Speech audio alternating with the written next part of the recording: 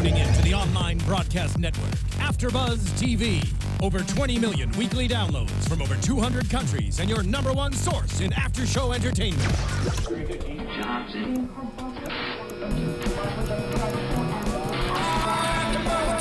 AFTERBUZZ TV, the destination for TV superfans. Producing after-shows for over 300 of your favorite TV shows. Interviewing celebrities and showrunners. And bringing you behind-the-scenes exclusives. All thanks to E! Entertainment's Maria Menounos, producer Keven Undergaro, and internet leader Akamai.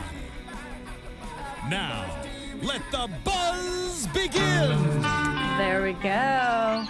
Hi, AfterBuzzers. This is Sara Stretton, and we are about to break down episode 2 of the final season of Boardwalk Empire, The Good Listener. So, who do I have across from me? Keven Undergaro, and it's just tough every week. I know. Knowing that we've got so few left. You threw me into this seat, and I'm like so confused by this episode that I don't really know how we're going to make it through it.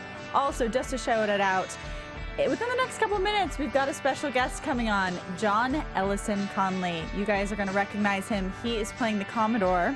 1890s Commodore. The 1890s Commodore. So he's going to be calling in a few, and we're going to get some good questions, insight with him.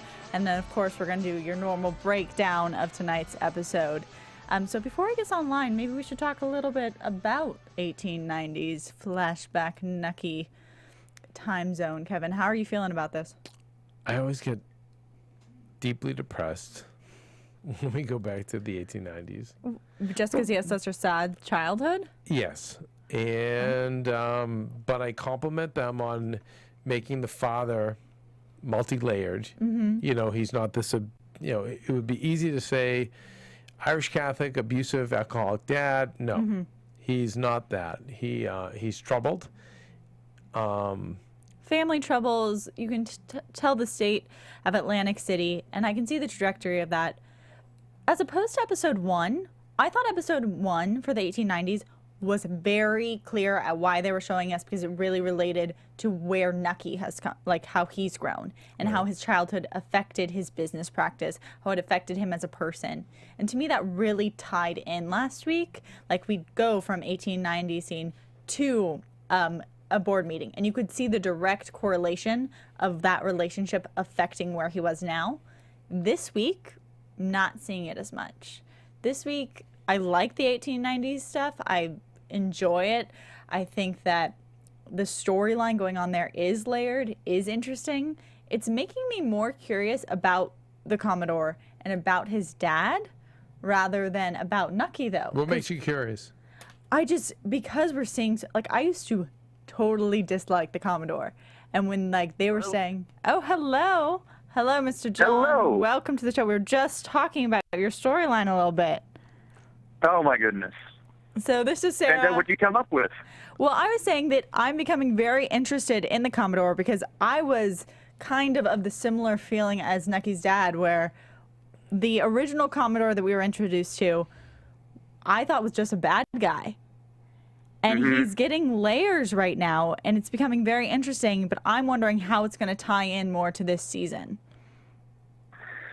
Well, I mean, I think that's a good question, but, you know, you get to see, the whole point, I think, of the flashbacks is you see the different influences on young Nucky. Mm-hmm. And I think, I don't want to give too much away, but I'm going to go south a little bit.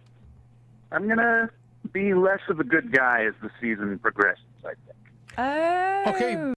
I guess this is Keven Undergaro, and I'm a huge fan of yours. I think the way you are, the way you're capturing a young Dabney Coleman's version of the Commodore is phenomenal. And I guess before we get too deep, I have to ask you, did you do a lot of studying of the past seasons to get the mannerisms down? Because you nailed it. Oh, thanks so much. I mean, I did. And talk about, like, the best job in the world, getting to watch Dabney Coleman and the show. Right. You know, I mean, because I was a huge Dabney Coleman fan as a kid. I mean, all those movies came out when I was a child, like Tootsie and 9 to 5 and War Games and all those things that he was so fantastic in. And I had loved him on Boardwalk Empire, but I did go back and watch them the first 2 seasons again to prepare for this one, and I mean, what a treat to get to do that. Even is that's a good job. But you nailed it in a way where I've seen flashbacks, I've seen other actors play older actors, and sometimes seen it done well, and but not like this. What exactly did you study? Like, what did you? What really inspired you from his performance or from the character that we got to know in seasons 1 and 2? Well, I mean, just being a fan of his for all those years. I mean, to be honest, before I studied season 1 and 2, when I went into audition for a different character. And can you tell Meredith us who? Tucker, excuse me? Can you tell us who? I went into audition for Pat Halligan, who's the guy that I hit up for money for Atlantic City in season 1. Okay. Whose hat blows off, and he gives him the little candy, and then they have that beautiful scene where Nolan, young Nucky, keeps one of the lemon candies and then gives it to his sister. Yeah, with the $50 bill and everything. Beautiful scene. But I auditioned for that character initially. Actually, I didn't even get to audition. I went in to do that, and Meredith was like, "You know what? I want you to come back tomorrow."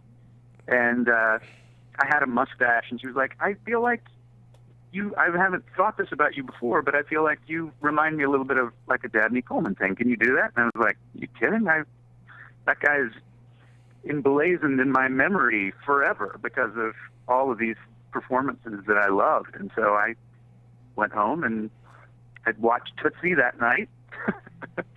and then did a little bit of a Dabney Coleman thing the next day, and then just worked on the part, and the sounding like him and all of that was always just trying to sort of channel him. I didn't really study like specifically movements that he did or anything, but I just have always enjoyed him so much that I feel like it kind of was in there. But John, was this back in season 1 they asked you to do this, or was no, this he's recently? talking about the recent hat we had last episode where he finds the $50 bill. Wow, so he auditioned for that, man. That's correct, right? Which I can see you doing, because I can see the core. The look is perfect. But good. You know what? Good casting director. Like somebody had a good eye. Meredith Tucker. I mean, also how great is Nolan as young Nucky? He's fantastic. Yeah, he's all great. These characters, it's a really tricky thing. All these characters that have already been created. And Oakes, the kid who plays young Eli. Were you a fan of this show like we were from season 1? Yes. Ah, great. Yes. I really, the show is always, so beautiful and so beautifully told, and the actors are so great. It's a thrill to be a part of that team. We always talk about here, we're a big fan of the production design, of all the effort they put into like the music, the song choices. How much of that is apparent when you're on set? Like, how much are they filling you in on kind of the historical references and all of the decoration and the music that they're putting into this as well? Well, the music is harder to know about because, they add that in mostly later. And by the way, the really beautiful sort of haunting soundtrack, that's not the songs, but the that they're using in the flashback. It's crazy. David Yazbek wrote that, who is I'm a huge fan of and have worked with, and think that guy is a genius. So, and I think it really adds. But their production design, when you watch that pilot episode and you know that all of that was shot in New York, it's kind of incredible. All the Havana stuff. It's crazy. And then like tonight's, like at Nucky's childhood home, all that stuff. It's incredible, the locations they find and the way that they make them look.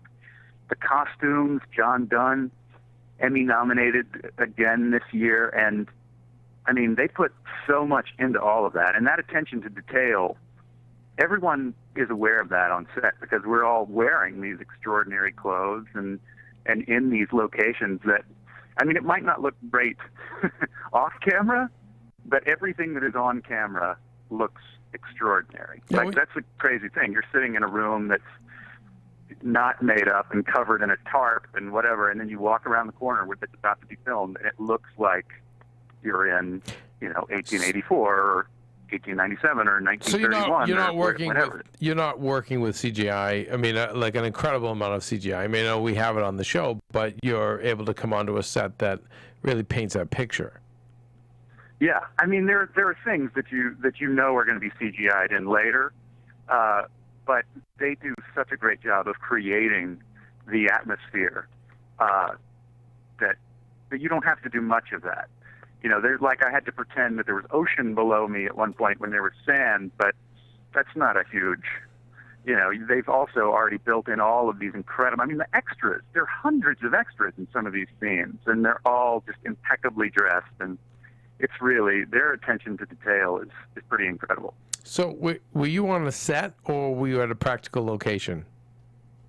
Well, I was never in the studio. I was on all locations, but some of them, like the Boardwalk location, was where I did most of my stuff, but which is on Rockaway Beach. But like tonight's stuff, the Nucky's childhood home was out on Staten Island. That was actually my first day on set. I shot episode 2 before episode 1 because of some weather issues and stuff like that. But that scene out in the woods was just out in Staten Island. Amazing. I love that. That's such yeah. And you're talking about, I know from your background, you have been in the industry for so long. You've been in film, from TV, from theater. I believe you started in theater, correct? Oh, yeah. That's still most of what I've done. But you know, I'm trying to get a chance to do more different things. And it's really... And there are a bunch of theater people on this show, too. That's what I wanted to bring up, because I feel like most of the research I've done, when I do pull up the actors who come out and join this class, it's a lot of people with a classical theater background. And how do you think that affects this show? Well, I think part of that is the New York thing, and I think as more shows are being shot in New York, you're seeing more of that. But also because... And like Howard Corder, who's one of the main writers, is a theater. He has a big theater background. And these characters, although they're historically based, they don't speak the way that we do in our contemporary lives. And there is a kind of size that I think people want and use of language that you certainly learn how to do in the theater in a way that a person with a television or film background exclusively might not have had to deal with, although certainly a lot of people with only film and television backgrounds have dealt with that. But certainly if you've created a career in the theater, you probably have had to deal with the kind of language and sort of heightened circumstances that I think that's actually that most a of very the good characters point. do. That's a very good point, and especially because a lot of theater does delve also into period pieces, and so with the heightened language, that's obviously included. Going back into, are you doing any other theater productions right now? I'm not. My wife has just started a really cool new Sarah Rule play that's happening at Lincoln Center. They're in rehearsals now, but I'm kind of taking a break from the theater and trying to do more film and television stuff. Why did you decide to do that? I've always tried to go back and forth, but I did 3 shows in the theater that I loved so much with great people, but back to back to back. And 8 shows a week of the same material when you do it for basically about 2 years straight, even when it's stuff that you love, you do then feel like, or at least I felt, I'd like to do something where I do different things every day. It's a different mentality. This has been a great opportunity to do that and to learn more about that.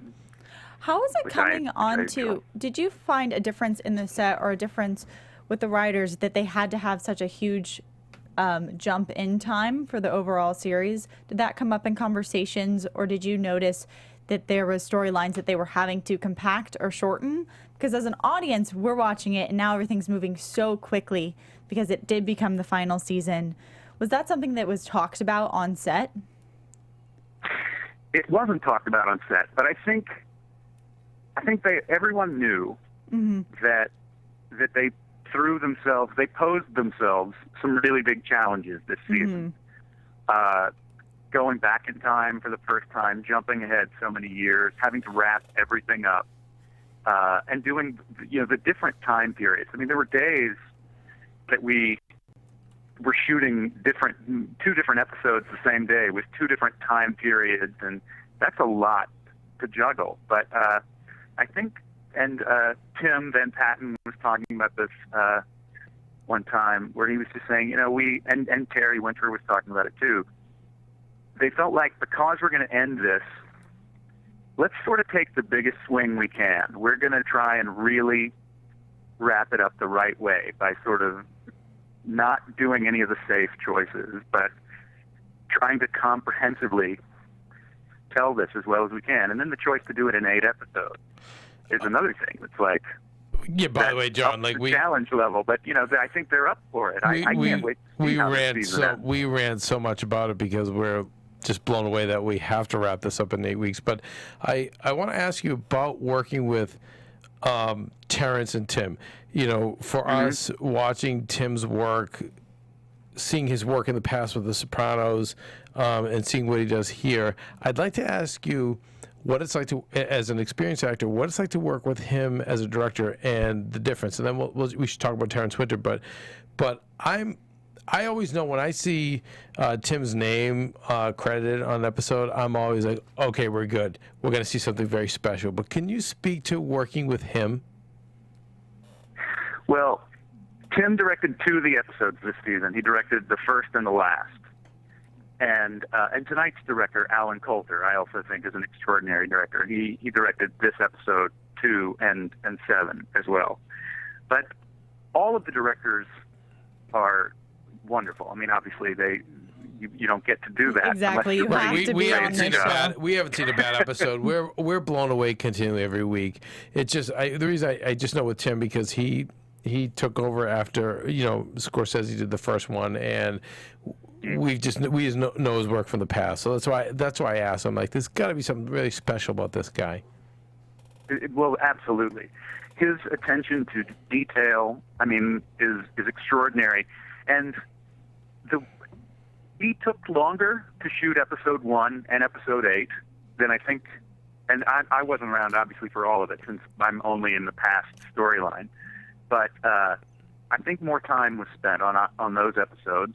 There were more different kinds of shots, and there was a willingness to, like, we're just going to keep doing this until we get it right.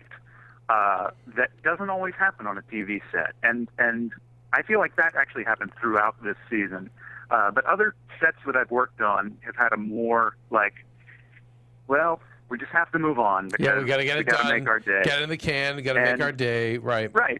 Right. And that's that's not an unreasonable thing. There's obviously a reason for that. But on this show, and I think Tim is one of the main sort of exemplars of that, is like, we're going to do it, and we're going to do it right, and we're going to feel good about what we've got. And I think it really shows, and has always shown, in the quality of the show that they put out. 100%. And then let's talk about Terrence Winter. He's somebody to me that's, we know Matthew Weiner from Mad Men, amazing. And we know Sons of Anarchy has Kurt Sutter, and we know Breaking Bad has, I'm having a brain freeze right now, guys, help me. Vince Gilligan. Thank you. And I feel like Terrence Winter is right there with them, and arguably could even be better than some of them, and because the show doesn't have the popularity, it has certainly has a critical acclaim. I feel like he's not mentioned with them. Maybe he doesn't get so much into the PR like those other guys do, but I want to hear more what it's like to work with him. Well, unfortunately, I didn't get a lot of one-on-one or time with him. He reached out to me a couple of times and was very generous and said nice things, but he wasn't usually on set. But he reached out to you. That's amazing. Tell me what that was. Yeah. How that went down. I mean, honestly, it's one of those, like, we had the premiere night of a showing of the first episode and the red carpet and all that stuff, which was really cool, I have to say. I mean, we all say, like, oh, I don't get into it for the red carpet and all that, but it's a lot of fun. And bless you for admitting that, being human. No, because I know that, by the way, I always, when I can work with actors, I love working with theater actors because you're doing those 8 shows a week, you do the repetition, you nail a character like nobody's business. There's just such a discipline involved, and you don't get the big takeaway that a TV or film star usually gets. And so there's just a humility, there's a work ethic involved with a theater actor, and I think that's why we see so many of them on this show and knocking out of the park every week. But that being said, to work with Terrence Winter and for him to reach back to you, I don't know, it just says so much about this show.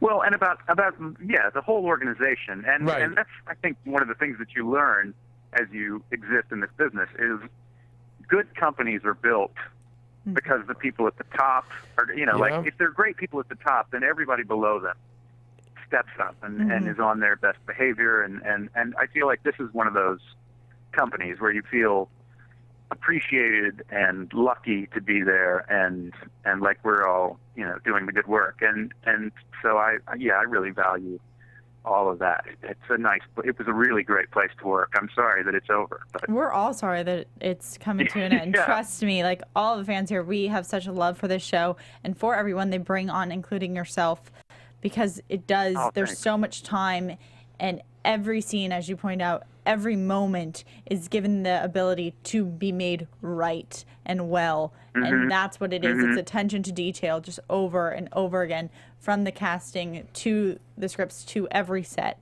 which is why we love it. We break down the full show. We're about to get into that. You are more than welcome to stay on with us. We'd love to hear your opinion.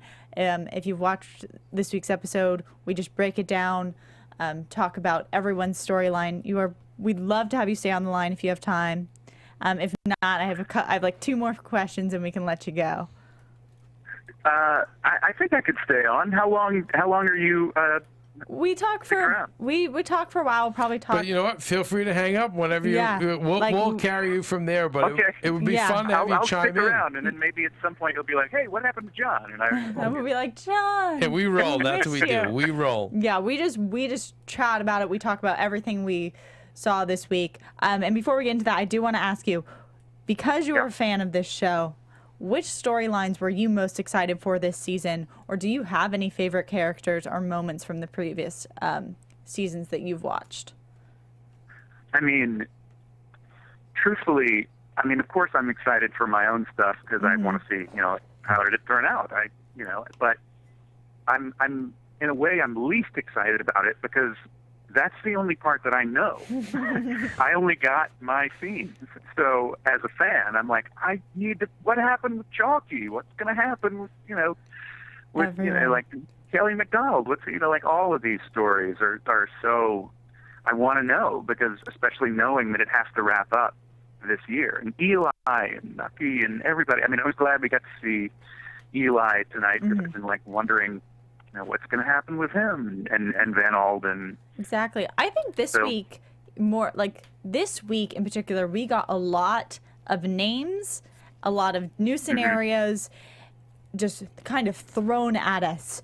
I was like, this is in preparation for all of this season. Yeah. We got so many intros, so many things to kind of, I feel like it was like, heads up, people, all this stuff is coming your way. So get ready. Like last week was okay, guys. We're cutting 7 years into the future. We're cutting 7 years ahead, and we're gonna have some cutbacks back to the 1890s. Great. This week was about, and now you're dealing with. Okay, so we've established that, but now we're dealing with all these other characters that we're gonna see for the next. Fasten your seatbelts. 6 episodes. Next 6 episodes. Yeah. This is what we're gonna deal with. Episode 1 was very much like what we love about this show. Let's do some beautiful shots. Let's show us these are some of our favorite characters in different scenarios and really it felt artistic, it felt true, it was at a very nice pace. And then this week it was like, but we have to prepare you because we've got a lot coming. And almost like it felt like to me, it was like, these are the names that I now need to research because you're going to have your history need to be caught up a little bit. I mean, I want to start talking a little bit. I want to start with Chicago. I think we're going to break this down. We're going to talk about it by locations. Okay. Just because, you know, we can kind of group people together geographically. So Chicago, we get Al Capone, who we didn't get much of last week at all, except for in the beginning and the end where we just got those, you know, our catch-up flashbacks. And Al Capone making quite the entrance. And he's just the full celebrity now. And the press is mentioning Little Caesar, Public Enemy, and I know, John, I'm almost sure you're familiar with those movies, correct? Oh, yeah, absolutely. Right. Sorry, you're a little young. Public Enemy, yeah. All right, well, that's good. Commendable. I'll take that. Commendable. TCM usually plays them in February during Oscar Movie Month, just throwing it out to our fans. I took my gangster movie class at USC. But there you go, so you get it. But I love the fact that he is drinking in his celebrity. He's like, he's laughing it off. Yeah. I thought it was interesting. And that character, the Capone in Boardwalk, he's always been so great. But like it's fascinating to see him sort of towards the end, where it's really clearly going to, you know, like he's living it in a very full way. And then also in the same episode introducing Elliot Ness. Like I think that's great. Now, you know, Jim True Frost, Mr. Prez. Throwing it out to both you guys. About Elliot Ness.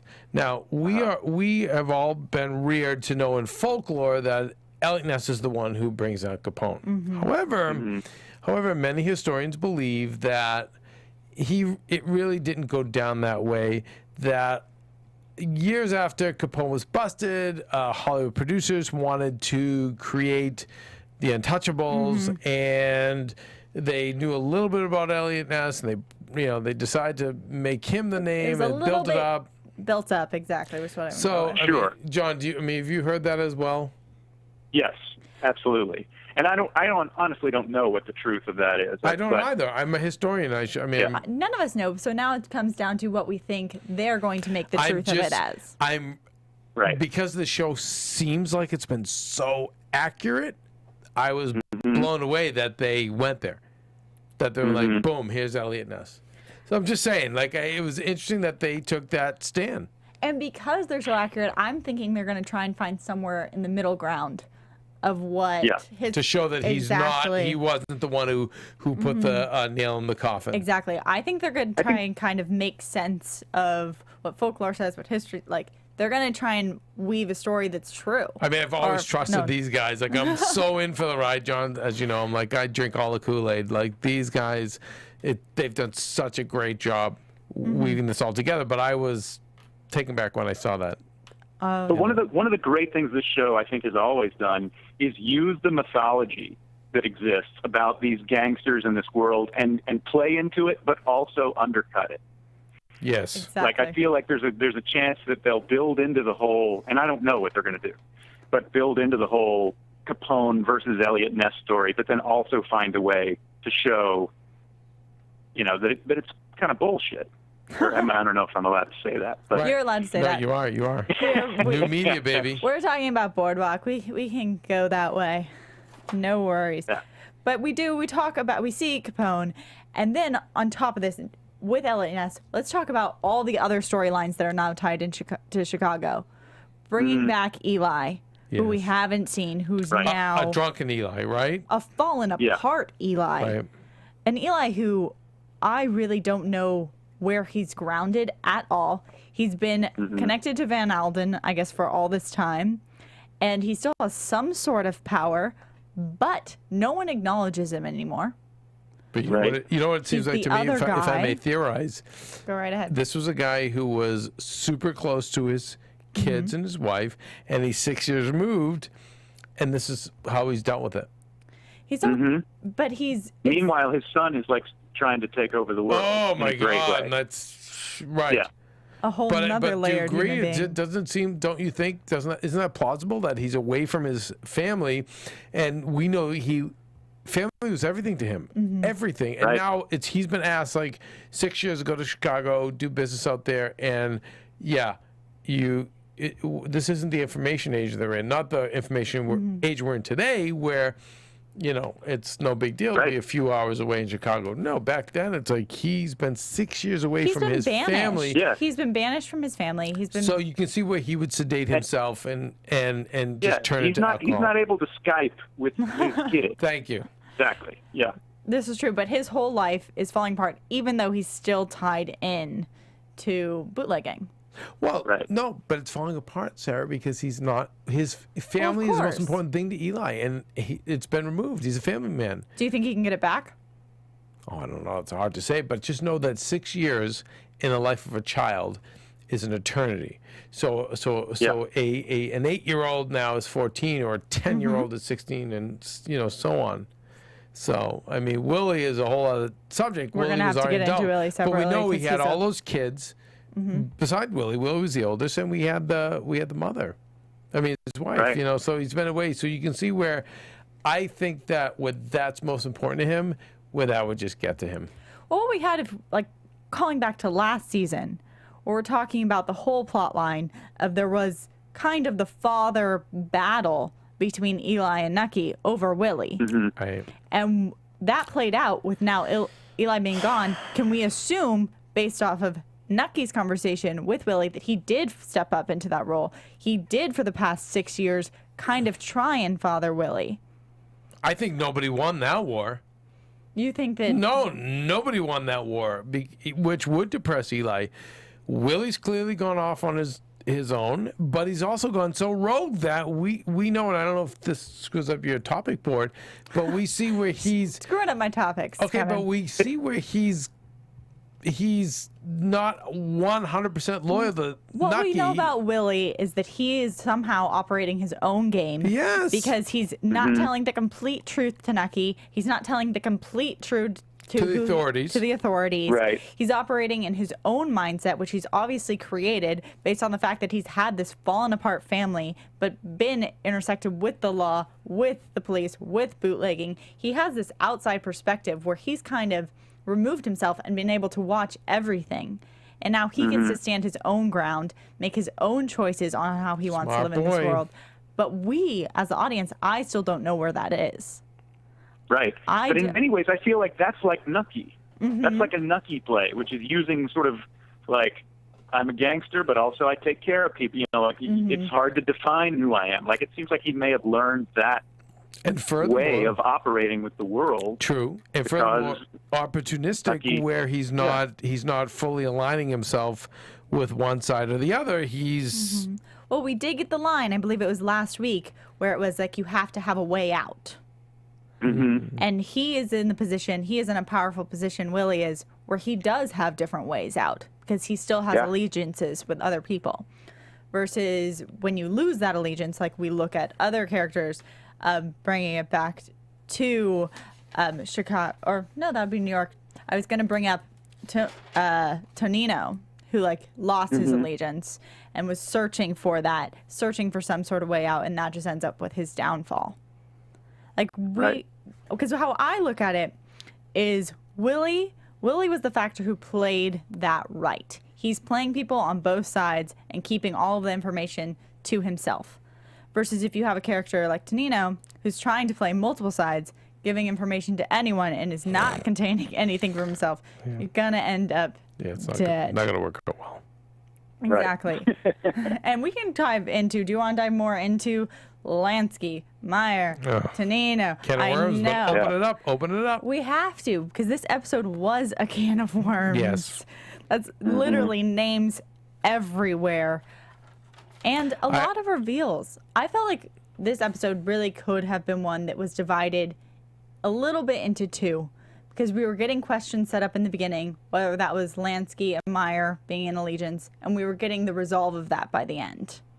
So we got a lot of questions opened at the beginning of this episode and then answered by the end. All right, so I'm a huge Nucky fan, so I get very nervous when I deal with Meyer and Lucky, because historically, spoiler alert, Sorry, guys. Drop it for me, You're Steven, about to please. get a spoiler alert notification. Get Do you ready even for have your it? ears. Spoiler alert! Okay. Spoiler alert! Okay, so we know that Lucky and Meyer are going to live, and they're going to do they have whole other journey ahead of them into the 40s, 50s, and even 60s, and God, almost into the early 70s. So I get nervous when I see them go against Nucky because I go, oh my God, like Nucky's I'm a Nucky fan. I'm trained to me, he's the protagonist. I'm on the journey. Protagonist. I'm on the journey with him, and when I see those guys powering up, I'm like against him. I get really nervous. I guess although the show has been so accurate, I guess, with historical, I just believe they're not going to abandon Nucky and like feed him to Meyer and Luciano. I think that he's not in as much I agree. danger. I think he'll come out okay. I'm just saying I get nervous when I see those guys. Take a deep breath. All right, I'm good. View them still as their little Rugrat selves who are still making mistakes. We joke Rugrats, Muppet Babies. That's what we call them. This is but what they're we growing call- up. They're growing up. They are growing up, but they're still making mistakes. They're still getting caught. Nucky has figured them out because he is still on top. Thank God. It's funny how Nucky operates on top, even though they're portraying him as not on the top of his game. He knows everything that's going on. He still has his connections, but he's obviously not doing too well because he's like getting shut down by the Kennedy board group. By the way, so John and Sarah, Joe Kennedy, come on, that's awesome. I told you, names That is on awesome. names Right, on to names. see Joe Kennedy, the master bootlegger, who got his kids into the White House, pretty effing cool. And I think he's coming back this season. Oh yeah, Yeah, a ton. yeah. Great figure. Do you like that scenario then? This whole, what was it? The corporation, I believe they're making cereal. That threw me a little bit for a loop. Threw you off? Yes. Are we going to bring in the Kellogg's Corporation? That's all I could think of. Or CW I don't think it was Post. Kellogg's. It was the Mayflower Grain Corp. Mayflower Grain Corp, which I am a little rusty on. We're going to have to get more information about because I don't know about the Mayflower So, John, Grain Corp. we go up 10 minutes after we see the show. So we have, thank God, we're blessed to have amazing super fans, Michael August and several other fans who will write in and figure this stuff out for us. We have a team of researchers, basically, who get a little more time than we do and then send us all the details of all the hidden gems that this show has. I was going to say, thank goodness. I was so intimidated by everything that you guys were able to. You're like gleaning all of the history and everything from the episode. I was so impressed. We try, we love it, so we do try and know as much about as we can, but we can't predict every song, every pamphlet, every hidden gem that this show has. So we do have wonderful fans who help us out, and we talk to us about it and bring hopefully as much of this show to life as we can. I mean, I'm just so excited about Joe Kennedy. That's great. Yeah, that's a great storyline. Right? It is a great storyline. And it's so well executed. So far, I think, as always. And it's also just interesting for me to have this kind of opposite scenario where Nucky is walking this line where half of his life is still so tied in to the gangsters, to the mob, and then half of his life is trying to proceed forward, is trying to make a life if Prohibition falls. Yes, if Prohibition falls. And he's walking that line right in the middle, which is where this whole season is taking place, right in the middle of this. And you're trying to see if he is going to survive, if he is going to be able to balance these two or find a way out. So to me, it's interesting. It didn't throw me as much for a loop because it is what's giving Nucky trouble and, in a way, hope. Because if we just saw him only in the gangster realm, it's just about him right now being people trying to kill him. That's all we're getting there. Right. He doesn't have any more goals on that end of his life. He doesn't have any more goals to reopen up something that's illegal. He wants the legal way now. Right. So you need to have both. And so I wasn't thrown for it. I'm liking it. I'm also liking that it's giving him a hard time because we haven't seen him have to deal with as many of these people who don't want to be corrupt as before. And that's going to bring Willie back. He's kind of in that world as well. And so I feel like Eli's been replaced with Willie completely. Right. for who's going to benefit. But Willie is more of a white collar Eli. You know, Eli's been the blue collar, kind of like the... That's what I'm saying. Eli's been replaced. Yeah. He's been replaced, where Nucky could have used to sometimes go to his brother to, like, get things done, or, you know, kind of be the guy who passes things off to. Eli was honest with Nucky. Like, Willie, hold him back a little bit. Eli was not Nucky with the whole time. No, back in the day. Yeah, back in the day. But originally. True. Originally, they were very good brothers, but then he completely lied to him for a really long time. Right. Yeah. So we don't want to confuse that. But I think that... So you think that Willie's just going to overstep Nucky then? No, I think Willie's playing... I think he's playing a really smart game. I think if the Nucky way leads him to success, great. If the Attorney General or the government leads him to success, great. I don't feel like there's emotion involved where it's like, Uncle Nucky, I'm gonna get you for all these bad things you've done in the past. I think he's just being smart. Okay. Yeah. That's a fair point. I want to talk a little bit more about Nucky because he was... Let's talk about the payoff between Tonino and Nucky, and I'm going to title him as Senor, and a little bit of the remembrance of Billy Kent and how this played out towards the end of tonight's episode, where we get Tonino obviously offering up his services to Nucky.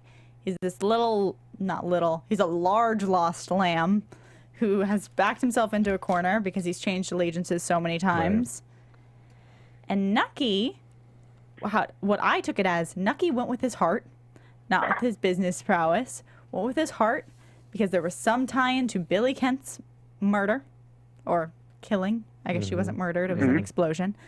And that was the main reason why he stabbed this guy in the back and sent him off with a Havana note. How did you feel about that? Well, I think...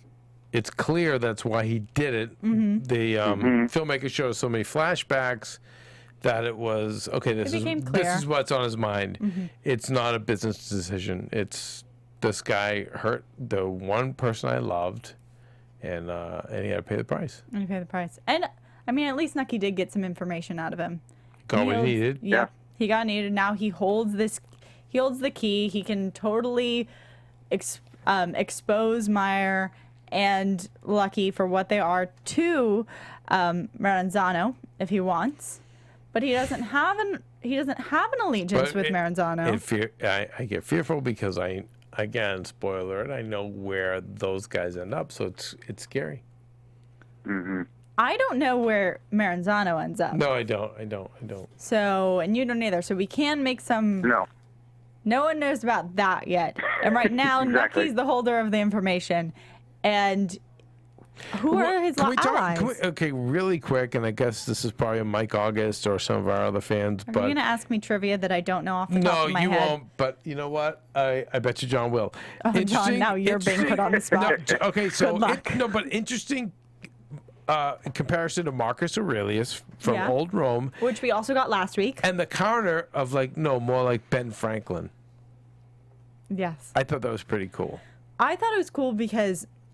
not only did it tie into last week, where it was, I believe, Maranzano who brought up Marcus Aurelius, so we got a tie-in there, but, yeah, bringing in two more historical figures, I liked it. I mean, I haven't had enough time to break down Marcus Aurelius versus Ben Franklin, but Ben Franklin is a pretty kick-ass character. I mean, this is a guy that was a Renaissance man who wasn't a leader, but he kind of sat back and he had tons of power. Yes. But he sat back and he had everyone else, be in the lead role. He's an idea man. But and he was able to enforce those ideas. And he was toasted in other continents. And it's just interesting that where Marcus Aurelius was, a leader of an empire, and Ben Franklin not so much. But we know electricity and so many other things. John, how do you read into that reference? The Ben Franklin, the Marcus Aurelius. Do you have any insight for us? I really don't. I mean, I feel like they've always done a great job of sort of leading storytelling points with references like that. And so I feel like it's an indicator of where we're headed in terms of the roles that those guys get to play. But, and I believe it was, I think the line, in my memory at least, hinted at Nucky really idolizing Ben Franklin. Right, And that that's was, what I mean. Yeah, so Marcus Nucky Aurelius is, was a big emperor and also blah, blah, blah, big leader. Okay, fans, don't attack me. I don't have it all down about Marcus Aurelius, but I know Ben Franklin. And Ben Franklin was a part of the revolution, and he was a Renaissance man, but he was not the leader. No. He kind of sat back. He was an opportunist. Yes. And a pleasure seeker. Yes. There we go. Yes, he was. Yeah. So I thought that was really cool. I'm more like Ben Franklin. Boom. It was a good throw. If you do the same thing you do today that you've done yesterday, you will get the same result. It was something like that Ben Franklin said. That's how cool he was. If you do something different, you'll get different results. I mean, anyway, I'm a big Ben Franklin fan. So I like that. So you like the reference because you're a big Nucky fan. Loved. So everything was good in your vote. Yes. Okay. Sorry. So we've talked a lot about Chicago. We've talked about everyone from Lansky, Meyer.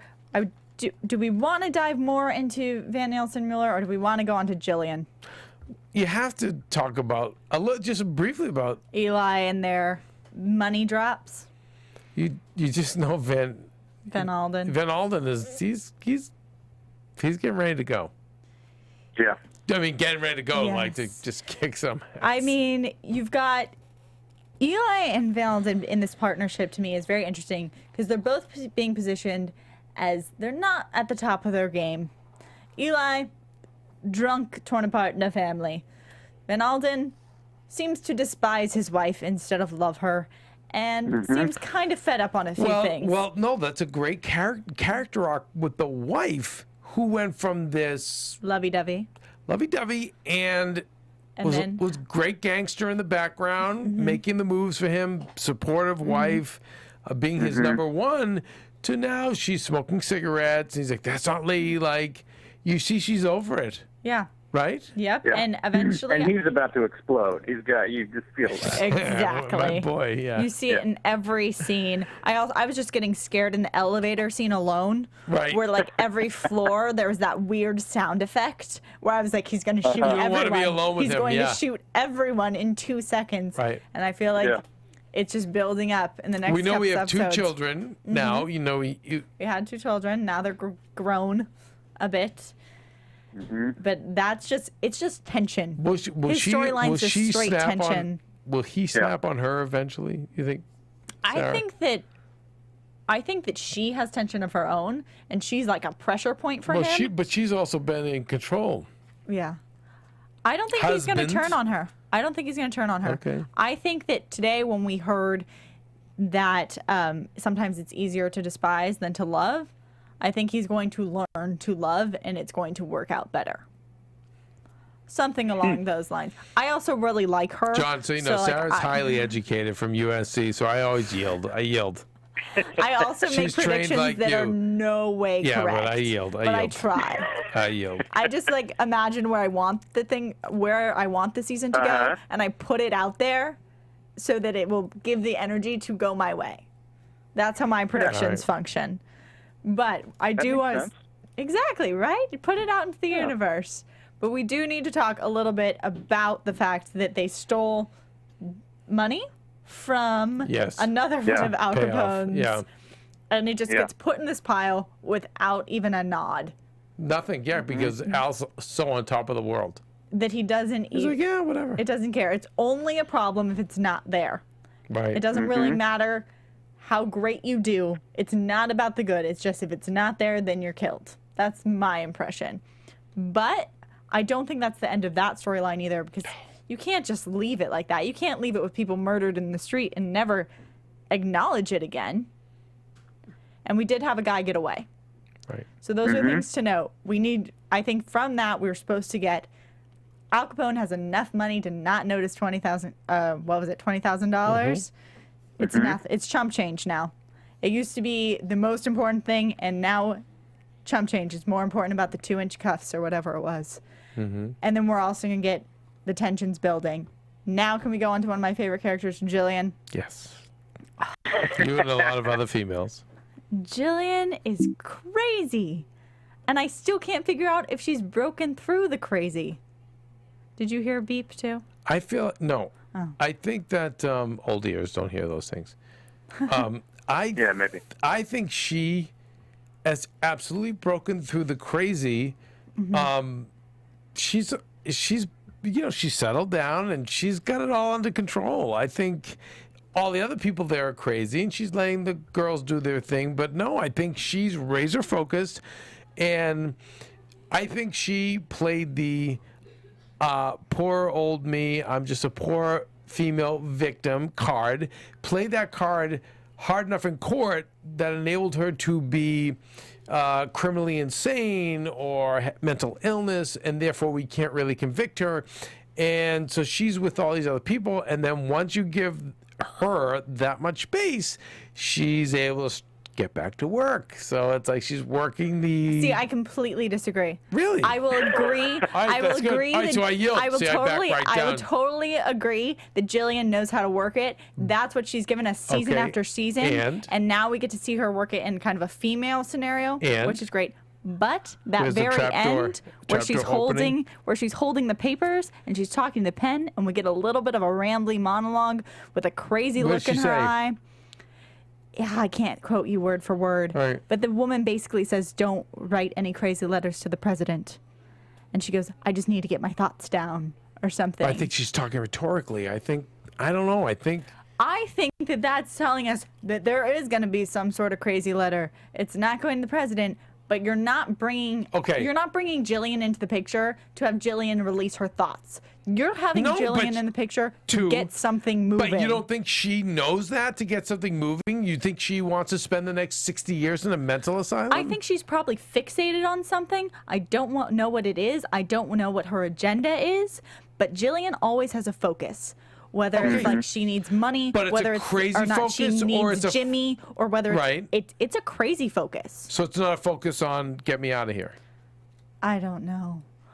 I don't know what it's a focus on, but Jillian will always have a All right. bit of crazy to So her. okay, true. So could it be a little bit of both of what we're talking about? Is it are we meeting halfway here? Do you want to compromise today? I think no, maybe we're I'm going to say, what does John say? And then No, you can't ask him because he gets into spoiler places. You can't ask him that. That's not fair. Darn it. So I wish we could, but we can't. I'm being respectful. But I think that this isn't just a crazy lady. You saw all the other crazies there. She knew what to do. She knew to make a deal with the mother hen lady, and she's aware. Now, is her plan as good as a Nucky plan, or this where she's I don't know, trying to take over the world? She knows no. how to facilitate her plans, but her plans are crazy. That's what I'm trying to say. She's always been crazy. I know. But I Are think we She's always arguing? been an opportunist. Yes. But not necessarily Who's a willing to super be effective crazy. one. Yeah, she's like Right. a maniacal opportunist. Absolutely, no one's denying that. But an opportunist who's willing to go cray cray to get what she wants, True. and maybe what she wants is totally insane. But I just looked at that room of other women, and she was the sharpest tack in the drawer. Okay, she might be the sharpest tack. She's the smartest. I will give her that.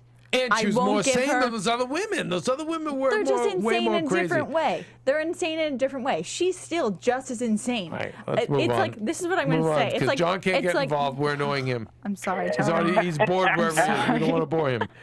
Next thing. Well, I love her, by the way. She's great. We all love Jillian. She's I'm as fantastic. fascinated as you guys are to see how it turns out. See?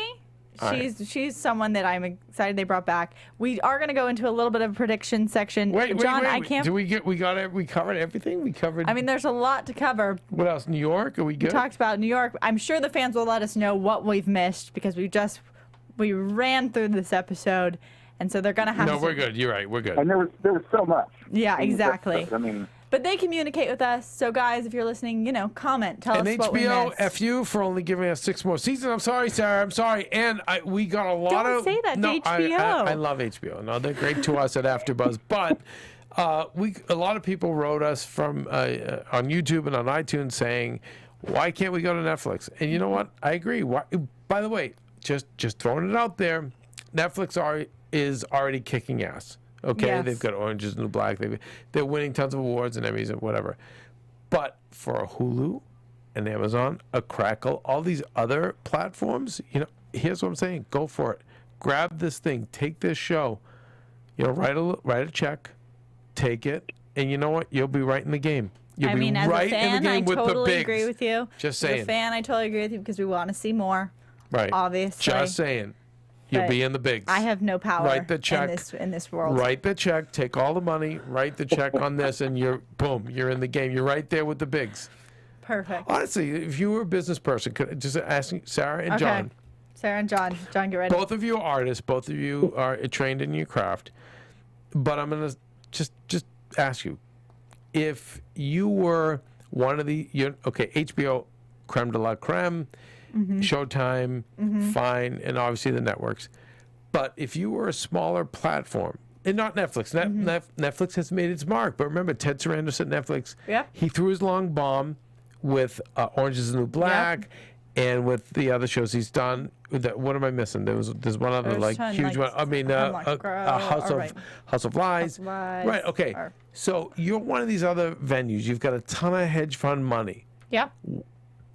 I'm just gonna say, wouldn't it make business sense to write the check and get 2 seasons of this, and make your network? You'd be right up there with everything else if you took this show. I mean, it definitely could be a good idea.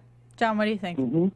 I'll definitely. I think Right? so. I mean, more of this show is always good, and it's good quality material, and I amazing. get HBO is not going to go out of business if they lose this. Fine, I cop to it. We've said from the beginning they're spending a lot of money on this. Maybe they're not getting the crazy numbers that Game of Thrones is getting. Fiscally, I understand.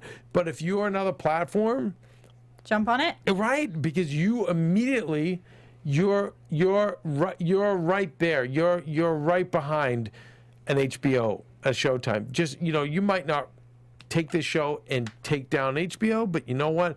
You're in that class. So anyway, but this is, by the way, it's our fans who were saying this. I said, geez, you're right. I mean, the fans are still demanding it, so maybe someone else step up, but we have no idea. We need to get to predictions. John, you're welcome to stay with us. And now, obviously, your AfterBuzz TV he's still talking to me. Prediction. But I'm assuming you can't give away. Maybe I should tune out for the prediction. Yeah, I was like, I don't want to pressure you for you know what, spoilers. John, we'll handle predictions, but please feel free to call us. And John, I'm just such a huge fan of the show, and you did a wonderful job. From the first time I saw you, I said, "Oh my God, this guy's got it! You nailed Dabney Coleman." And so, just so you know, for whatever it means, you're a friend of AfterBuzz from here on in, and whatever we can do to support you, your career, your endeavors, your future movies and TV shows, we're all in. You have our information. Please feel free, and maybe we'll hear from you before the season's up. And we do offer. Well, yeah, thanks so much. No, thank you. Also, our fans love to reach out to you guys. If you have a Twitter or social media you want to plug to give out to fans so they can find you, do you have anything like that? Yeah, I'm at Conjonlee, CONJOHNLEE on Twitter. Perfect. So fans can now find you. Thank you again so much. We Thank you. loved It was a having pleasure, you. and I'm as excited as you guys are to see where this thing goes. Yes, Right? so we. We're pumped. All right. Thank you, John. Awesome. All right, Thank predictions, you. Sarah. Good night. Bye, Good John. night. Good night. All right, Sarah, take us through this really Predictions? fast. Yeah. Oh, gosh. I'm going to say, who is Jillian contacting? I want her to contact the Cotton Club. That's where I want her Holy going. crap. Well, we know Narcisse. He's been teased early on, but now we're going to see him next week. So we think that's the Cotton Club. I mean, wow, I don't crazy. know, but that's the type of scenario where I want to see Jillian in. I don't know if that's actually where it's going, but she just deals so well with a little bit of the crazy and hectic and the women and she just thrives in that area, especially where sex is involved. Come on, that's her strong point. She used to work Sex and power. She used to be a performer. That's where I'm hoping her direction is headed. Because if not, I'm like, who is she reaching out to? The only people. Who are the other people she knows that are left alive? It's hard. She knows Lucky. Remember? She does know Lucky. She knows Lucky. There we go. That's another one. And he was impressed by her. Yeah, that's true. And, you know, we know Lucky and them want to take out Nucky. And Jillian could play a factor. And that's right. And she's got a horse in that race, so to speak. That is true. So we're gonna see more of Joe Kennedy. More of Joe Kennedy. More of Chalky coming back with his new partner. Finally, Chalky, yeah. Or new I don't even know what to call him. God, I just hope Chalky gets either a stake in Atlantic City or, man, I want to see him get some comeuppance at the Cotton Club. We're going to find out. Do you know anything about Joe Kennedy? A little bit, but not as much as you do. I mean, just allegedly a major bootlegger that made not just millions, but tens of millions, maybe even hundreds of millions. And back then, which would be billions today. Yep. And his whole thing was making sure one of them got to the presidency. One of the boys, so it was Joseph, who died died tragically in World War II, so he didn't get the nod. And then it was John, who he didn't expect because he thought he was a little bit too much of a playboy, and let you know that he was like the man. And then after John, he thought Robert, and then Robert was killed. And then after Robert, Ted had Chappaquiddick, and it was always believed that it was a classic example of the sins of the father. So the father had done all these things to guys, there's your history lesson to make his get money. Prepared, because that's a big story. It was always that the sins of the father had afflicted all of his children and cursed that family. I'm not saying it's true. And just off my head, very interesting parallel to Nucky. Yes. And this show having a huge, just always reoccurring theme of father-son instances. Like it's always been there. And the sins of the dad revisiting the. Yep. Keeps happening. So. And Kevin, do you have a place where they can find you? At Undergaro. Come say hi. You and can Sarah, find me here. Awesome job tonight. Thank you so much for stepping in. No problem. Next week, Charlie's going to be back. Yep. And soon in the near future, we're also going to have Miss Bethany. Bethany will be back as well. Thank God. Awesome. Thanks, guys.